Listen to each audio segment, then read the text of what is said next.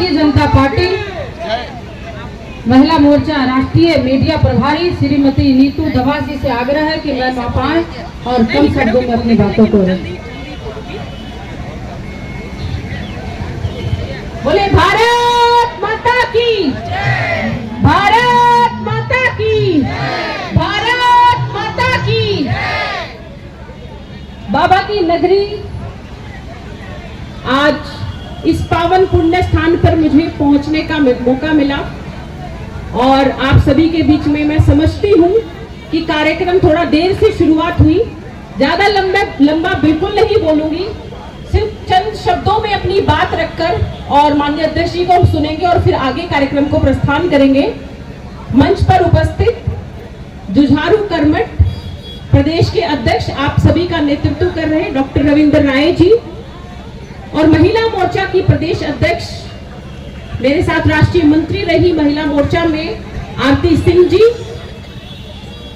हमारी बड़ी बहन विधायक मीरा यादव जी, श्रीमती मंजू देवी जी, श्रीमती आरती कुजूर जी, सचिन रमानी जी, राज पलिवार जी, नारायण दास जी, बबीता झा जी, सत्येंद्र राय जी, विशाखा सिंह जी, रीता चौरसिया जी, बबलू भगत जी, एस.टी. मिश्रा जी और तमाम सभी गणमान्य अतिथि जो मंच पर उपस्थित है और मेरे सामने बहुत ही पीले रंग के फूलों जैसे रंग में सुशोभित हो रही आज हमारी जो मातृशक्ति बहन पहुंची है, आप सभी को प्रणाम। हम सब जानते हैं कि भारतीय जनता पार्टी ने 21 से 31 मई पुण्य श्लोक का अहिल्याबाई होलकर जी की जन्म शताब्दी मनाने का ये एक शुभारंभ किया हुआ है। अभी तक से जो पूर्व वक्ता हमारे यहाँ बोलकर गए तो आपको ध्यान में आया होगा कि 17वीं शताब्दी में एक ऐसी वीरांगना इस भारत की पुण्य भूमि पर हुई, जब हम उनके बारे में जानते हैं तो गर्व होता है, लेकिन दुख की बात है कि पूरे इतिहास में जब हम किताबों को ढूंढते हैं तो उनके बारे में जिक्र नहीं मिलता। हमें पढ़ाया गया अकबर दी ग्रेट, हमें बताया गया कि अकबर था महान, लेकिन ऐसी महिला, ऐसी वीरांगना जिनको पुण्य श्लोक यानी कि शुद्ध चरित्र, ऐसे महान चरित्र की वो महिला, वो विदुषी थी जिनके बारे में विदेशी जो लेखक थे उन्होंने भी अपनी किताबों में लिखा, लेकिन इस देश की पूर्व की सरकारों ने सुनियोजित तरीके से वामपंथ की मानसिकता के प्रभाव में इस देश में ऐसी वीरांगनाओं का नाम पूरी तरह से मिटा दिया गया। और इसी वजह से आपने कुछ दिन पूर्व माननीय प्रधानमंत्री जी को जरूर सुना होगा और उन्होंने कहा कि मेरा देश विकास करेगा और उसके साथ हमें याद करनी है अपनी विरासत को भी, यानी कि विकास भी विरासत भी। और उसी के निमित्त आज हम अहिल्याबाई होलकर जी को जान रहे हैं, समझ रहे हैं और जितना हम जान रहे हैं हमें बड़ा गर्व होता है कि जब उनके बारे में बात होती है तो हमें बात करनी होगी काशी विश्वनाथ की, जब उनके बारे में बात होगी तो हमें बात करनी होगी सोमनाथ जी की, जब हम बात करते हैं तो हमें बात करनी होगी बाबा बैद्यनाथ जी की, क्योंकि पूरे भारत को जैसे शंकराचार्य जी का एक भारत को लेकर, इस देश की सनातन संस्कृति को लेकर समर्पण था, ऐसे ही पुरोधा इस देश को, राष्ट्र को, निर्माण को, संस्कृति को, सनातन को समर्पित थी लोकमाता पुण्य श्लोका अहिल्याबाई होलकर।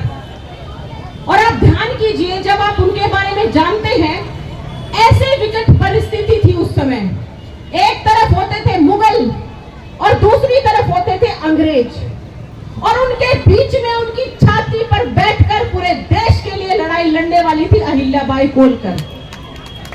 भारत के इतिहास में चाहे हम संस्कृति की बात करें या उनकी कूटनीति की बात करें, एक प्रसंग आपके बीच में रखती हूं, आप समझेंगे कि कितनी दूरदर्शिता थी।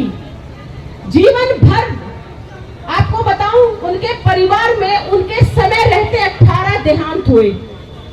उन्होंने अपने पति को खोया, उन्होंने अपने पुत्र को खोया, उन्होंने अपने जो पोता था उसको खोया, और जो उनके संरक्षक थे, जो उनके पिता स्वरूप संरक्षक थे, जिन्होंने बालिका से उनको उस राज परिवार तक पहुंचाया और उनको हर कुछ कौशल दिया, ऐसे उनके ससुर जी थे मल्लाराव जी, उनको भी उन्होंने खोया। लेकिन देखिए, ऐसी महान महिला थी वो, ऐसी विदुषी थी कि कभी भी उन्होंने अपना मनोबल नहीं तोड़ा। एक प्रसंग से हम समझ सकते हैं, उनके होलकर साम्राज्य का जो निकट में जो पेशवा थे वो थे राघोबा। मल्लाराव जी के बड़े अच्छे संबंध होते थे मराठों के साथ, लेकिन उनके देहांत के बाद परिस्थिति बदली। राजनीति में आपको पता है, समय रहते कैसे कैसे परिवर्तन आ जाता है रातों रात, हम कह नहीं सकते। और जिनको वो राखी बांधती थी, जिनको वो भाई मानती थी, ऐसे राघोबा वो सोचते हैं कि उनके बेटे का देहांत हो गया, कोई पुरुष संरक्षण में है नहीं, और अहिल्याबाई तो अबला है, कमजोर है, और मैं जब चाहूंगा उसके क्षेत्र को हड़प लूंगा। ऐसे मन में भावना रख के राघोबा नर्मदा नदी के तट तक अपनी सेना के साथ पहुंच जाते हैं। अब यहाँ पर दो स्थिति होती, या तो वो घबरा जाती और अपना पूरा राज्य उनको सौंप देती, क्योंकि समय ऐसा था, लेकिन वो घबराई नहीं, और 500 महिलाओं की सेना उस समय उन्होंने वहां तैयार की, तलवारबाजी सिखाई, और जो एक कौशल चाहिए वो सब तैयार करके राघोबा को पत्र लिखती हैं और बोलती हैं कि राघोबा प्रणाम, मैं आपकी अहिल्या, मुझे पता चला है कि आप नर्मदा मां के निकट पहुंचे हैं। पहले तो मैं सोच रही थी कि आप मेरे घर पे भोजन पर आ रहे होंगे, लेकिन मुझे मंशा कुछ और दिखाई दे रही है। मुझे पता चला है कि आप अपने पूरे सेना के साथ यहाँ पहुंचे हैं। तो मैं आपको बता दूं, अगर आप मेरे घर में आना चाहते हैं, मेरे परिवार में आना चाहते हैं, तो आइए, आपका स्वागत है, भोजन के साथ मिठाई खिलाकर आपका स्वागत करूंगी और आपकी बहन आपको राखी बांधेगी। लेकिन अगर आपके मन में यह भावना आई है कि आप इस होलकर साम्राज्य को कमजोर मानते हुए अपने क्षेत्र में ले लेंगे, तो ये अहिल्या आपको युद्ध की भूमि में अपनी महिला सैनिकों के साथ दिखेगी। ऐसा साहस देखकर राघोबा के भी होश उड़ गए। उनको उम्मीद नहीं थी कि जिसने अपने पति को खो दिया, अपने पुत्र को खो दिया, अपने ससुर जी को खो दिया, ऐसी महिला के मन में इतनी दृढ़ता होगी।